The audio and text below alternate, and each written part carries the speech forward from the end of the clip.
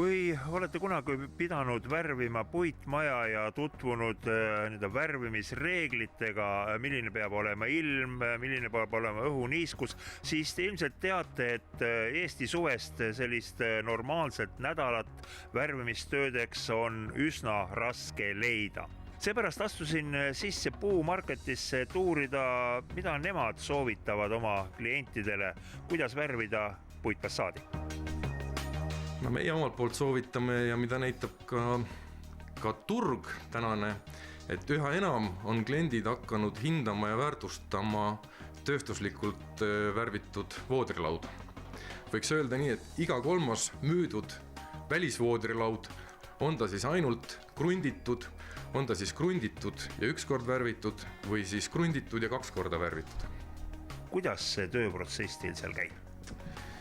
Tööprotsess käib meil loomulikult tehase tingimustes ja mida me teeme selle lauaga on see, et kui nüüd tegu on peensaetud lauaga, siis me krundime selle eelnevalt 4 küljest värviliinis, mis annab talle suure ilmastikukindluse lauale ja siis kantakse samamoodi tehase tingimustes kõrgsurvepihustusega lauale täpsed kogused pinnavärvi, ehk siis, et see laud on selline 6-9 minuti pärast kuiv ja valmis tarnimiseks kliendile.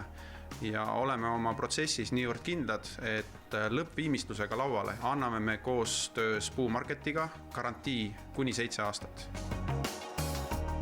Olen saanud oma varbikoolitusi selliselt, et puidupinna värvimisel kas või see esimene krundikiht, see tuleb pintsliga korralikult sisse õõrud, et ta sinna jääb. Teil jäi vist see protsess vahelt ära või kuidas? Värvimasinas on sellised suured pöörlevad harjased, mis õõruvad selle kruntvärvi siis kõigist 4 küljest tugevalt laua sisse, mida isegi käsitsi on võib-olla raske teha, et kõiki tagukülgesid ja servasid katta, et meie tootmisesse kaetakse see laud kõigist 4 küljest hoolsalt ja võib-olla isegi paremini kui pintsliga õõrudes. Mis pluss sellel 4 küljest värvimisel nüüd on? Jah, aga tegelikult välistingimustes ju õhuniiskus pidevalt muutub ja puit, olgu ta siis ükstapuha kust kohast katmata, siis õhuniiskus toimib talle ka tagaküljest.